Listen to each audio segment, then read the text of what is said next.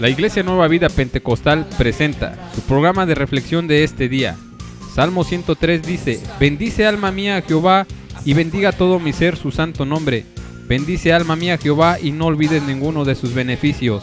Él es quien perdona tus iniquidades, el que sana todas tus dolencias, el que rescata del hoyo tu vida, el que te corona de favores y misericordias, el que sacia de bien tu boca, de modo que te rejuvenezcas como el águila. Jehová es el que hace justicia y derecho a todos los que padecen violencia. Y ahora los dejamos con nuestra reflexión de este día, esperando que sea de bendición.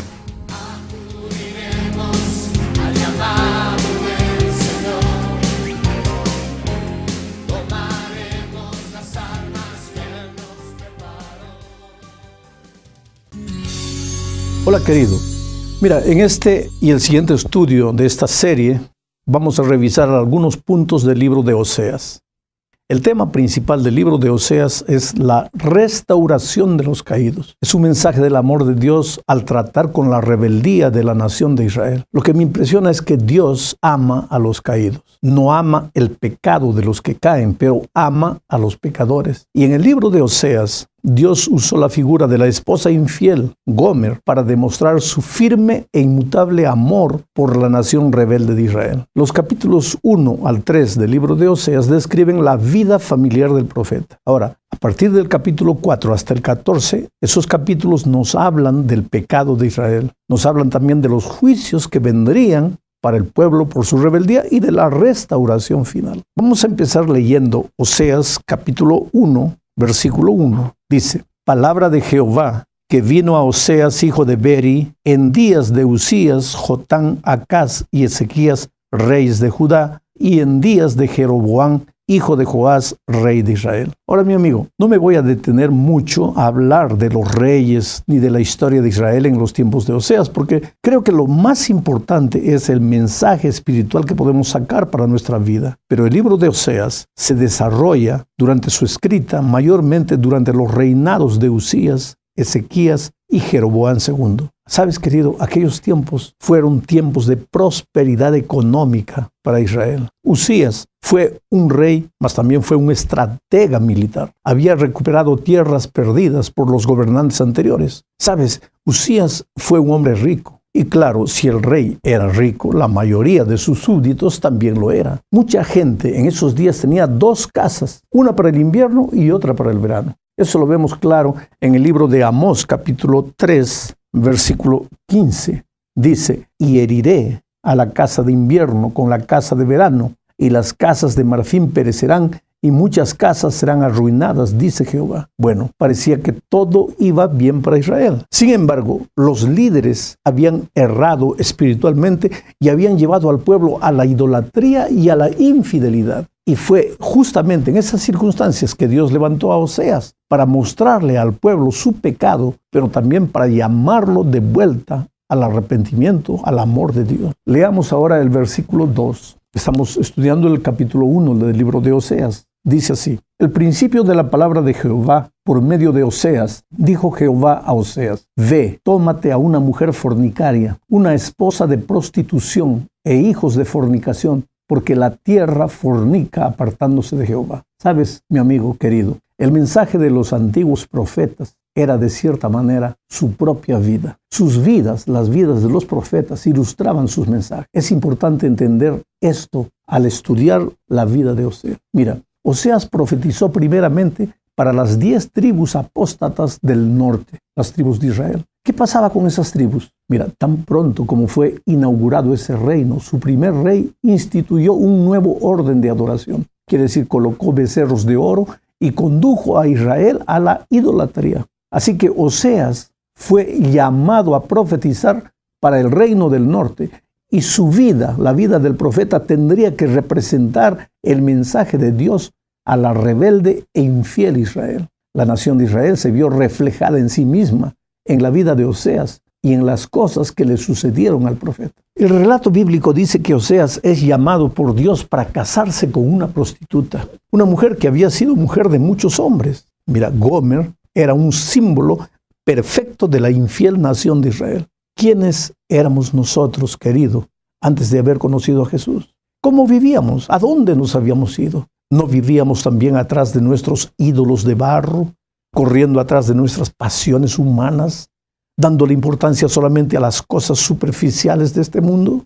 ¿No vivíamos sin importarnos con lo que Dios sentía o pensaba al respecto de nuestra vida? Bueno, así como Oseas no tiene vergüenza de casarse con esa ramera y desfilar con ella en la iglesia vestida de blanco para hacerla su esposa, Dios tampoco se avergüenza de recibirnos como somos. A veces llegamos al Señor destruidos por la vida, con un pasado vergonzoso, con un presente hecho pedazos, y Dios nos acepta como somos y nos recibe con amor. ¿Sabes? Dios coloca sobre nosotros el manto blanco de su justicia y nos declara su novia, que figura extraordinaria de la gracia perdonadora de Cristo. Pero las cosas no se quedan por allí, sino que después del matrimonio, Gomer se va con otro hombre, abandona al esposo que la había redimido, mancilla su nombre y trae oprobio para el esposo. En la Biblia se repite muchas veces la figura de la mujer adúltera para ilustrar la infidelidad espiritual del pueblo de Dios.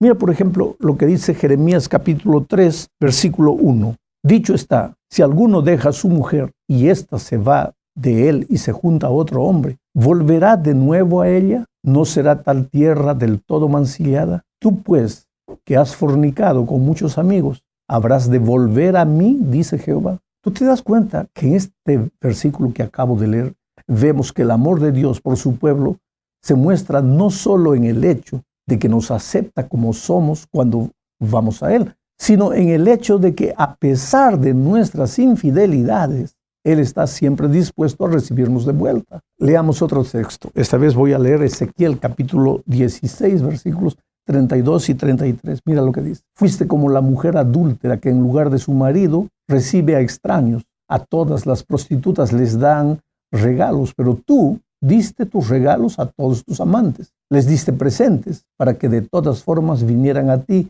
en tus fornicaciones. Ay, mi amigo querido, vamos a raciocinar en este texto. ¿De dónde saca dinero la mujer adúltera para darle regalos a sus amantes? Del esposo fiel. Ahora, ¿puede haber más grande humillación para un hombre que esta? Pero ahora compara esto con lo que dice Oseas capítulo 2, versículo 8. Dice, ella no reconoció que yo era quien le daba el trigo, el vino y el aceite, quien multiplicaba la plata y el oro que ofrecían a Baal. ¿Puedes imaginar una cosa semejante? Dios le da dones a su pueblo y este pueblo usa esos dones para adorar a sus propios dioses. Yo me pregunto a mí mismo, ¿estaré usando algún talento que Dios me dio para adorar y servir a mis falsos dioses, propios dioses que yo fabrico para mí? ¿Podría estar sirviendo a mis sentimientos en lugar de a mi Dios? ¿Podría estar alabando a mis gustos en lugar de Dios?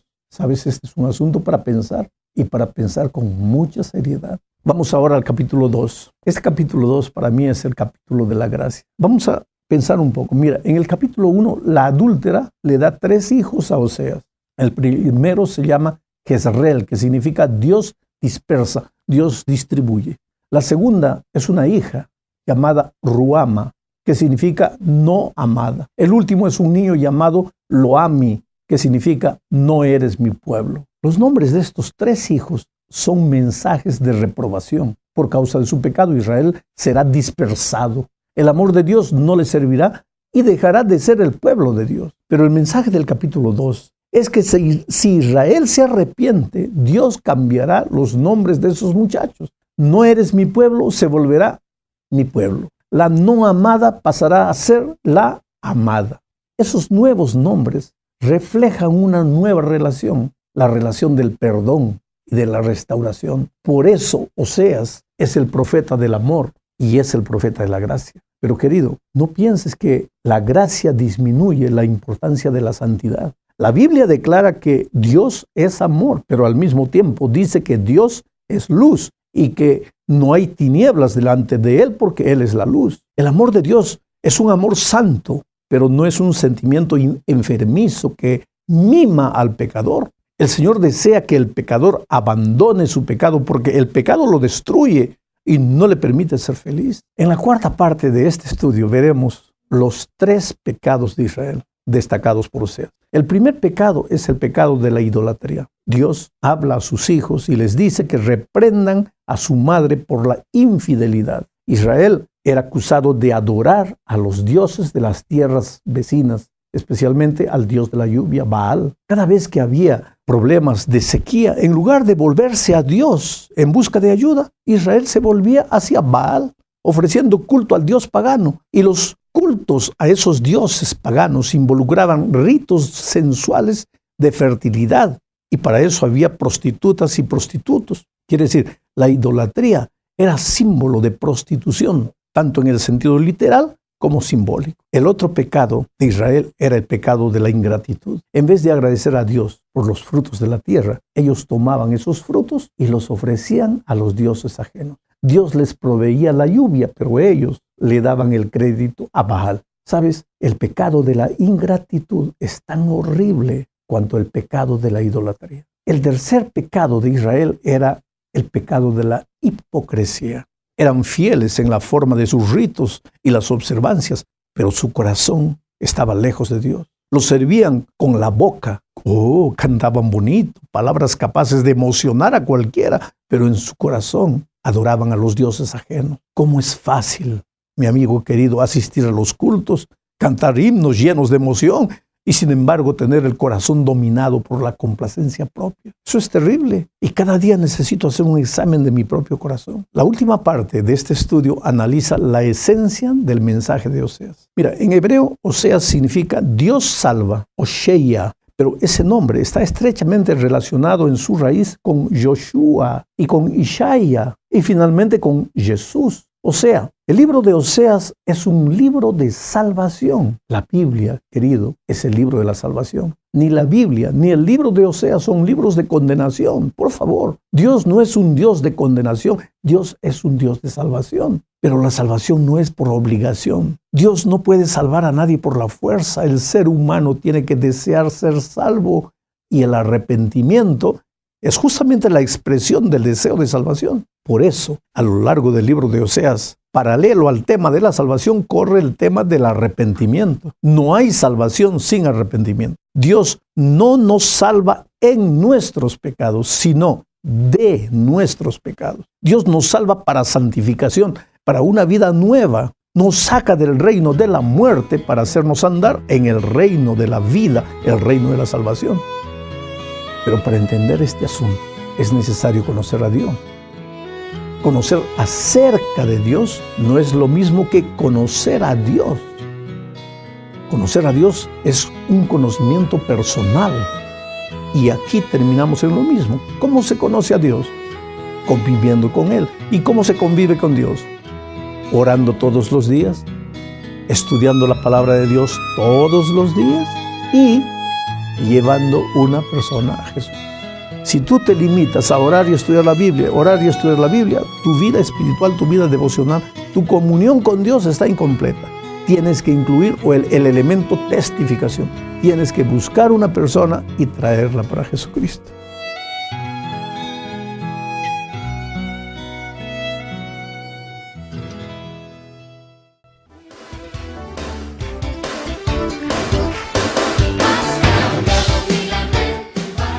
La Iglesia Nueva Vida Pentecostal presentó su programa de reflexión. Le agradecemos por habernos acompañado. Le invitamos a nuestros servicios en nuestra nueva dirección, 119 South Main Street, Bridgewater, Virginia. Viernes a las 7 de la tarde, sábado 7 de la tarde, domingo a las 10, escuela dominical y servicio evangelístico a las 5 de la tarde. Para mayor información, escríbanos a abelnatan06@aol.com o en Facebook Iglesia Nueva Vida Pentecostal. Para ver todos nuestros videos de reflexión en nuestro canal de YouTube bajo el nombre Juan y James Jiménez. Contamos con transporte. Llámenos al 540-746-0467. 540-746-0467.